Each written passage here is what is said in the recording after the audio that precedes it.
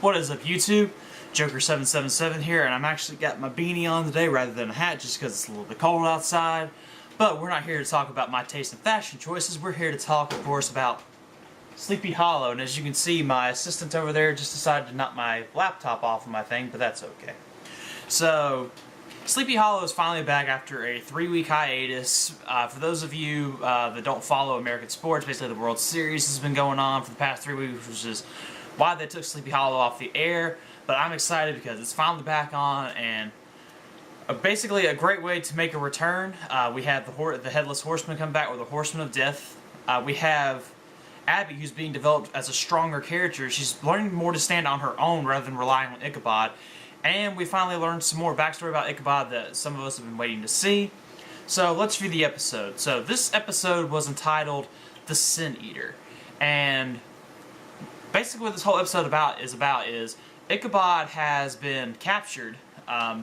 We later come to learn by this group of Freemasons.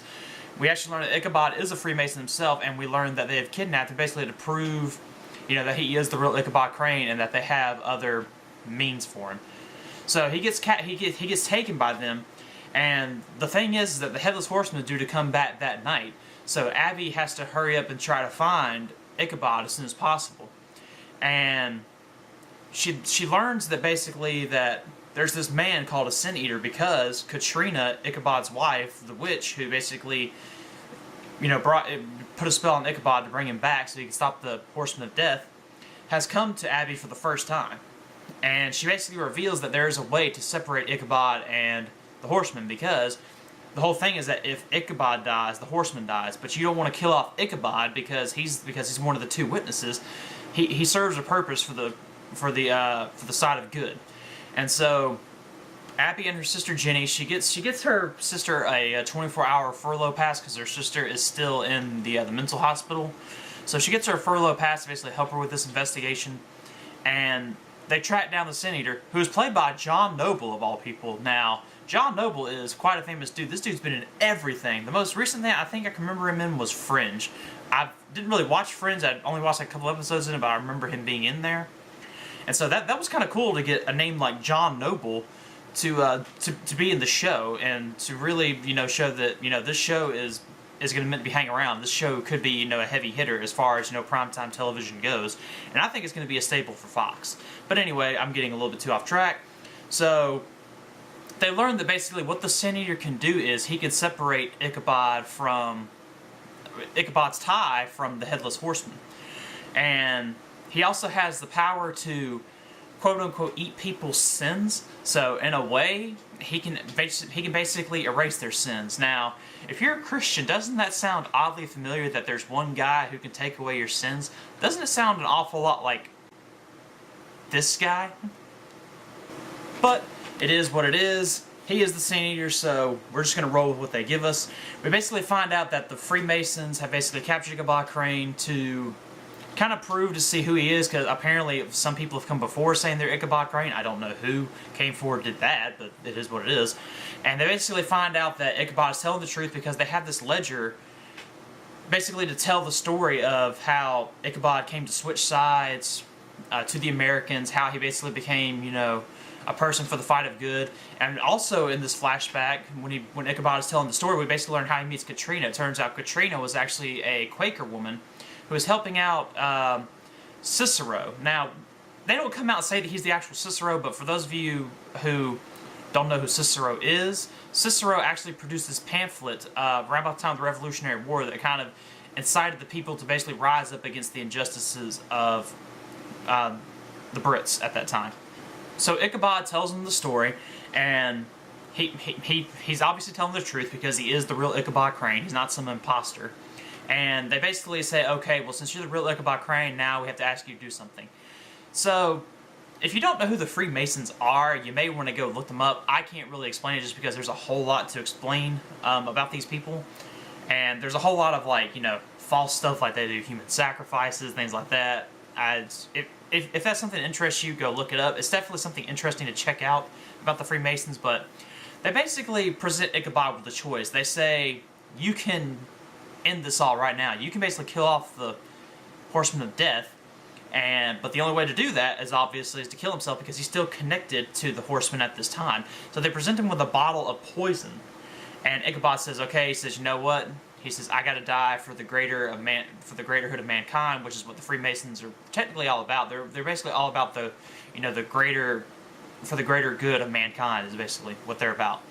And since Cicero kind of died in a similar way, Ichabod feels he needs to die that way, and he drinks the poison. And I thought that this was going to be the end of Ichabod. I thought maybe they were going to kill him off, maybe they were going to get someone else. But it turns out the Sin Eater basically comes in the nick of time. He takes away the bond that Ichabod and the Horsemen have, and when he does that, he then eats Ichabod's sin, and before you know it, Ichabod is sanctified, so now he's good to go. The tie has been broken between Ichabod and the Horsemen, and now it's all about stopping the Horsemen and whoever else is riding with them.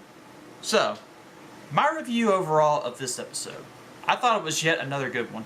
Now, I know this may seem like, week in and week out of me saying it's a good episode, when really, they are. Like, they're generally at a good, even pace. Like, usually during some shows, I'll maybe, occasionally, glance down, check my watch, or reply to someone. Whenever I'm watching this show, I'm hooked. I can't turn away. And generally, I do record it so I can skip through commercials so I can get to the stuff faster. But I am loving this show. It is becoming one of my favorite shows, instantly in my top 5. I love it. Mainly because there's kind of a thriller mystery aspect to it, which I love thrillers, and I love, mysteries, and especially love crime thrillers. And so this show just kind of appeals to me. Now, there are a couple things I find wrong with the show. The first thing I kind of feel like they could do is they could kind of slow it down just a little bit. It seems like every episode they're just hitting you, with moment after moment after moment after moment. They're not really taking time to just kind of slow it down, even it out, and tell you, some more about the story. It's like they come at you with action, action, action, action, action, and that's fine and all, but you really want to get, a sense of story development, in which we saw this week when we learned how Ichabod met his wife Katrina. But there's more stuff we want to know about Abby. We want to know, well, what's her backstory? What's Jenny's backstory? We've already seen, yes, they saw the demon in the woods, but I think the audience needs to kind of know a little bit more about that. And so I feel that just kind of take, an episode or two, just kind of slow down. Let's tell some story. Let's get something rolling here as far as character development goes. Let's learn about some of the other people that have been on the show. Frank Irving, for example. Let's learn a little bit more about him, just because he is kind of the boss over Abby, so I think that would be something kind of good to learn about him. And that's really probably the only major gripe I have. The rest are kind of nitpicks, which they did it again this week. They came out and said the Horseman of Death was the first Horseman of the Apocalypse. He's not. He's the last one. So I don't know what's going on, as far as the Horseman standpoint and what the writers are doing, but it's their show. They'll do with what they do. I'm just kind of pointing out the little nitpicks. The number one thing I love about this is I love how they brought Ichabod into the modern century. In the opening scene, basically, Abby is shouting at this Little League umpire coach because he makes a bad call. And Ichabod says he likes sports, but he's wondering why Abby is yelling at this umpire. When she explains, why she's yelling at him, Ichabod then stands up and proceeds to yell at the umpire when there's not any play going on, which was hilarious. And I love it when they, give Ichabod kind of these modern day things. I love how he's slowly working his way into the whole modern day society thing. And that's pretty much it. That's my little review of the show so far. That's my review of the episode. I, once again, thoroughly enjoyed the episode. I'm going to give it a B+. I think it was an exceptionally well episode. Like I said, they could slow the show down just a little bit more, just to maybe give time to, maybe do some story or some character development, but that's just a small little thing. But anyways, I'm going to turn it over to you guys.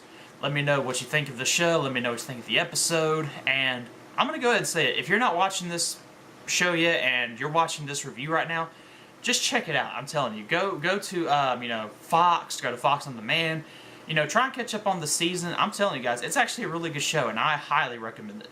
So, that being said, I'm Joker777, and, well, I have my partner in crime here with me, and he's laying down right there, so he's being not really useful at this point. But anyways, we are out of here, and we will see you guys later.